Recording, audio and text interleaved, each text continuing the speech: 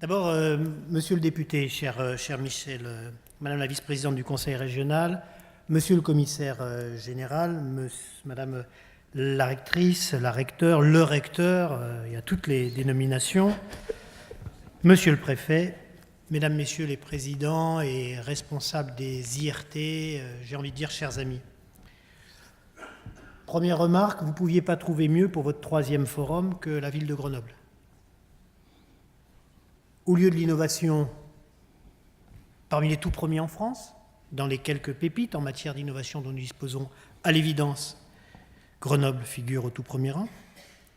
Ville du mariage entre une technologie, des technologies et un territoire, la ville, l'agglomération, le département, et ville surtout qui a réussi cette prise de judo fantastique de finalement penser une partie de son avenir à partir de la technologie. Je pense au développement du projet Giant et cette ville nouvelle qui est en train de naître, pensée à partir pour et avec la technologie. Au passage d'ailleurs, je salue, je ne sais pas s'ils sont ici les membres de la Commu, ces espèces de noms un peu particuliers pour désigner des regroupements d'universités, d'établissements, de grandes écoles qui, ici à Grenoble, ont eu l'intelligence de rassembler autour d'eux les trois universités qui vont fusionner, l'école d'ingénieurs, mais aussi une école d'architecture, mais aussi sciences politiques et donc une école des managers publics de demain, tout ça donnant sens particulier à ce qui se passe dans ce territoire, cette invention d'une ville à partir pour et avec les technologies. Et puis Grenoble aussi, permettez-moi d'insister parce que dans un passé maintenant lointain, 1968, c'est la ville des Jeux Olympiques. C'est donc un lieu qui a résonné dans le monde. Et si j'avais un vœu à formuler en commençant ce propos, c'est que cette veine n'ait pas été épuisée par ces Jeux Olympiques il y a très longtemps. Il y a dans cette ville des gens extraordinaires, tant dans la recherche publique que dans le tissu économique. Ces personnes doivent se faire connaître beaucoup plus fort et avec beaucoup plus d'ambition à l'international qu'elles le font aujourd'hui. Elles doivent le faire pour elles-mêmes parce qu'elles le méritent, mais elles doivent le faire aussi pour le pays, parce que quand on a le savoir accumulé qui existe dans ce territoire, on a presque un devoir national de le montrer, de le vendre, de le porter, et avec beaucoup de volonté et avec beaucoup d'énergie au niveau mondial. Et il faut que ce soit plus le cas encore que ce qui est fait aujourd'hui. L'innovation, je n'ai rien à apprendre à personne ici sur la définition de l'innovation. Mais finalement, qu'est-ce qui fait que ça marche ? Qu'est-ce qui fait qu'il y a des territoires, il y a des espaces, il y a des dynamiques qui créent de l'innovation ? L'alchimie de deux valeurs. La première, c'est la volonté farouche d'accélérer le temps. Le temps qui sépare une idée d'un laboratoire à la mise sur le marché de cette idée. Et finalement donc, une volonté qui est toute centrée vers cette ressource essentielle de la compétition économique entre les nations, la vitesse. Il faut aller vite, bien sûr, la qualité, bien sûr toutes les exigences, mais même si on est très bon, même si technologiquement on est très bon, il faut aller vite.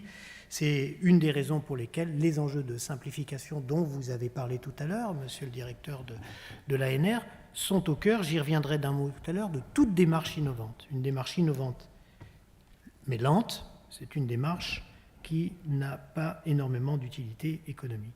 Deuxième valeur, l'état d'esprit.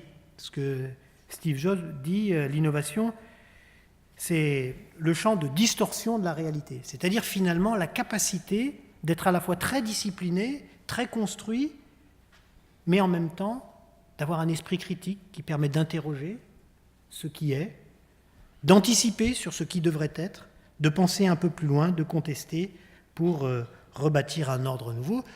Quelqu'un disait aussi avec raison que l'innovation, ça n'est pas la capacité d'inventer l'avenir, c'est finalement la confiance en l'avenir. C'est ce terreau-là sur lequel naissent les plus grandes innovations. Les ressources, là aussi, je ne développe pas, vous les connaissez toutes, l'excellence et l'expertise, la passion, le travail en équipe. La France et l'innovation.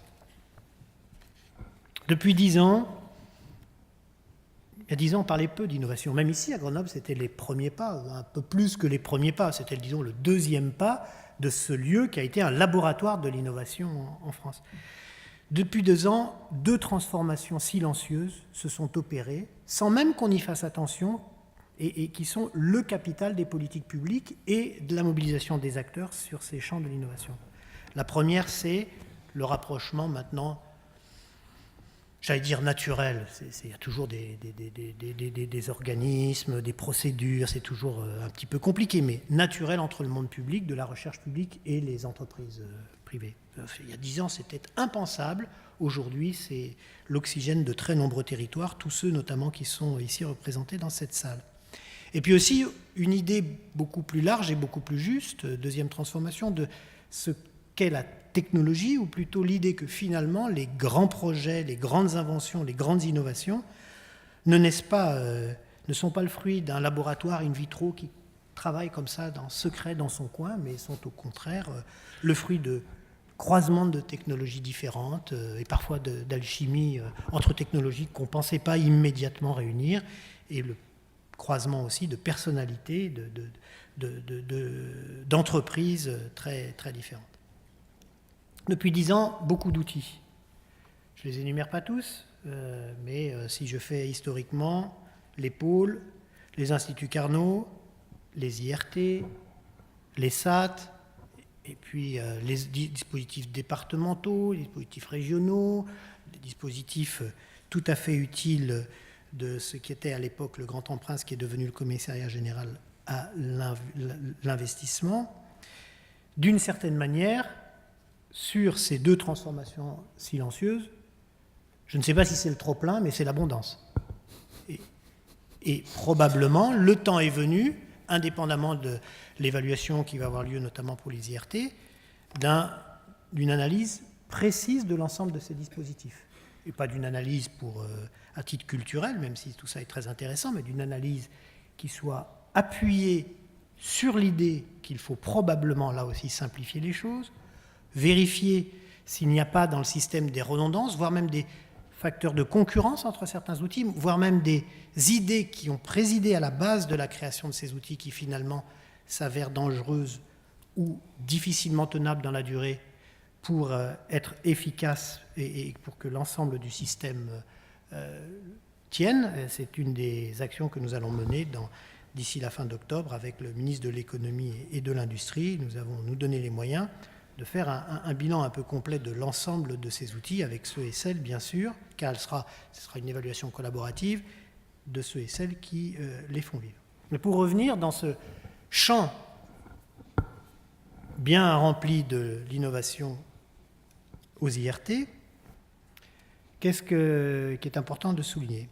D'abord, que vous êtes la figure de proue du dispositif d'innovation française, puisque finalement, vous êtes placé sur les 2 plus grands défis que sont montrer et travailler à partir de l'excellence française de niveau mondial en matière technologique, ce que d'ailleurs tous les pays du monde reconnaissent. J'étais au Japon il y a une semaine avec monsieur le commissaire général. Les Japonais ne se trompent pas, ils s'intéressent beaucoup à ce qu'on fait en France, et ils s'intéressent beaucoup à ce qu'on fait en France parce qu'ils savent que notre recherche publique, qu'elle soit dans les universités, dans les organismes, est d'un niveau absolument exceptionnel. Donc les IRT, c'est cette brique-là, et c'est des entreprises, grandes ou petites, parfois même grandes et petites, puisqu'il y a des chaînes d'entreprises qui s'intéressent et qui participent aux IRT, qui font le pari de l'avance technologique comme condition de leur compétitivité et de leur succès demain. Et donc, finalement, les IRT sont en petit le résumé de ce que nous pensons que la France doit faire pour continuer à exister en termes économiques et industriels au niveau mondial, voire même, d'une certaine manière, pour redresser un certain nombre de ces industries qui méritent de le faire. Tout ça est construit à partir de quelques mots-clés. La recherche technologique, il y a quelques années, c'était un concept qui n'existait pas, la recherche technologique. On a cette vision très classique, la recherche fondamentale, donc des gens ne savent pas trop ce qu'ils font, mais enfin il paraît que c'est important. Voilà, c'était ça la vision qu'on en avait. On a compris depuis combien c'est important la recherche fondamentale. Puis on parlait de recherche appliquée, et puis on se disait tout ça c'est naturel. Il y a des gens qui se servent de briques de la recherche fondamentale et puis qui font des applications, et tout ça donne des produits. On s'est rendu compte que c'était beaucoup plus compliqué que ça et qu'il fallait qu'on structure un espace de recherche technologique qui permette à ceux qui produisent la science et à ceux qui vont se servir de la science pour faire des produits de travailler ensemble. Ça, c'est acquis. Partenariat public-privé dans les mots-clés. J'en ai dit 2 mots tout à l'heure. Quand on visite ce matin les différents exposants et les différents instituts partout en France, on se rend bien compte que là aussi, des progrès considérables ont été faits. Plateforme mutualisée. Ça, c'était le mot-clé initial, qui a eu des difficultés à se mettre en œuvre pour des raisons qui sont plutôt des raisons réglementaires européennes. J'ai observé que dans un certain nombre de cas, avait été trouvé le moyen de développer des plateformes mutualisées cohérentes avec les règles de l'Union européenne, très souvent en les finançant grâce à des projets particuliers. Puis une fois que ces plateformes ont été financées, amorties en les ouvrant très largement, c'est une idée qu'il ne faut absolument pas abandonner parce que la pérennité des IRT passe aussi par l'existence de ces plateformes qui finalement sont un peu le miel qui permet d'attirer des abeilles. Et puis aussi les spécialisations sectorielles, enfin thématiques et territoriales. Alors c'est vrai que quand on a créé les IRT, quand ont été créés les IRT, l'idée n'était pas de limiter les instituts à certains territoires, mais quand même, il y avait en toile de fond l'idée qu'ils se greffaient, ils étaient des outils au service d'un certain nombre d'écosystèmes qui eux-mêmes étaient très territorialisés. Je me réjouis, moi c'est le principal enseignement que je tire de la visite de ce matin, que finalement soit désormais dépassée cette vision d'IRT liée à des écosystèmes thématisés et que les IRT travaillent non seulement en réseau parfois au plan national, mais même et s'ouvrent à l'international. Il y a néanmoins, pour que ces outils aient une vision de long terme, quelques difficultés à régler. Tel ou tel d'entre vous m'en parlait ce matin. Alors, il y a les difficultés de vie quotidienne. Je ne les écarte pas rapidement, parce que je crois que c'est très important, la vie quotidienne. Mais la trésorerie, le financement, le management, bon, je passe. Il y a un point critique sur lequel je veux insister avant de clore ce propos, c'est celui de la participation active et durable de la recherche publique, des organismes ou des universités aux différents IRT. Je ne suis pas certain que nous ayons encore trouvé le modèle économique qui permette d'inciter largement, comme elles le devraient, les universités ou certains de nos organismes à participer dans les IRT. Et pourtant, c'est une condition indispensable de pérennité du travail que vous faites. Il y a sûrement là des pistes de réflexion pour les mois et les années qui viennent. Je conclus. La qualité, l'excellence. Dans tous les discours, quand on parle d'innovation, on parle de qualité, on parle d'excellence. Mais surtout, l'aventure. Ce qui se fait dans les IRT, c'est une formidable aventure d'équipe pour essayer de définir les technologies et surtout les produits de demain. Et c'est donc une formidable opportunité pour les jeunes de notre pays, ceux qui se lancent dans des études, doctorat par exemple, ou postdoc, qui rechercheront, qui ont envie de faire de la recherche publique ou privée de leur aventure professionnelle. Je pense que les IRT ont un message d'optimisme, de foi, de motivation et peut-être des initiatives à prendre pour montrer le caractère concret de cette aventure de la vie quotidienne de ceux et celles qui veulent faire profession de recherche, et ainsi pour que plus nombreux soient ceux qui contribuent à muscler notre nation et à continuer à lui donner la place qu'elle a au plan mondial. Je vous remercie.